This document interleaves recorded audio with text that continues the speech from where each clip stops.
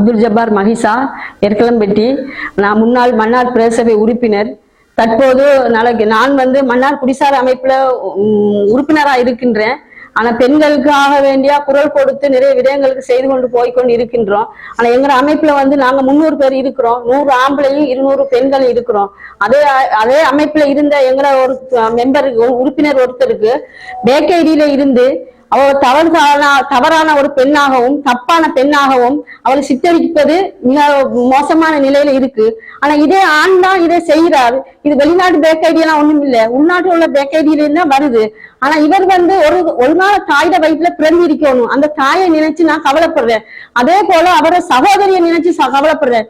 முக்கியமாக அவர் பெற்ற பெண் பிள்ளை இருந்தால் அல்லது அவரோட சகோதரங்களுக்கு பெற்ற பெண் பிள்ளைகள் இருந்தா இப்படியான நிலைமை வந்தா அவரோட நிலை எப்படி இருக்கும், அவரோட ஃபேமிலி எப்படி இருக்குங்கிறத அவர் கொஞ்சம் யோசிச்சாராய்ந்தா எங்களை மாதிரி சோசியல் ஒர்க் செய்யற ஒரு பெண்களை பற்றி கதைப்பதற்கு அவருக்கு ஆர்வம் வராது, ஆக்ரோஷம் தான் வரும். பெண்களை கதைக்கிறவர்களை அவர்கள் கண்டிக்க வேண்டும் என்று. ஆனா இதை என்ன சொல்ல போனா இதை ஒரு ஆண் தான் ஆணை கதைக்கிறார். ஆனா பொதுவாக சொல்லப்போனா என்னோட தாய் ஒரு ஆம்பளைக்கு தான் தகப்பனுக்கு தான் என்னை பெற்றது.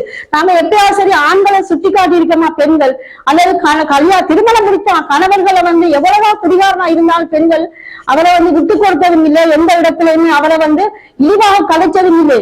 அவர் ஒரு நொண்டியாக இருந்தால் கூட ஊனமுட்டவராக இருந்தால் கூட அவரை கிரேட்டாட்டா அந்த பெண் கொண்டு போறா வழி நடத்தலாம். இதே சமுதாயத்துல ஏன் இந்த ஆண்கள் ஏன் இந்த பெண்களை பார்த்து இப்படி கதைக்கணும், இப்படி கதைக்கிறதுக்கான அவசியம் என்ன இருக்கு? ஆனா உண்மையிலே அவர் பெற்ற தாயை நினைச்சு இன்று வரையும் ஆயுள் வரையும் அவர் கவலைப்படணும். ஏன்னா தான் செய்த ஒரு தவறு தந்த தாய் தவறாக தன்னை பெற்றிருப்பாள் என்று அனைத்து பெண்களும் 1 கோடி பெண்களும் இவரை இப்படியான நிலையில நினைச்சு கவலைப்படுறாங்க.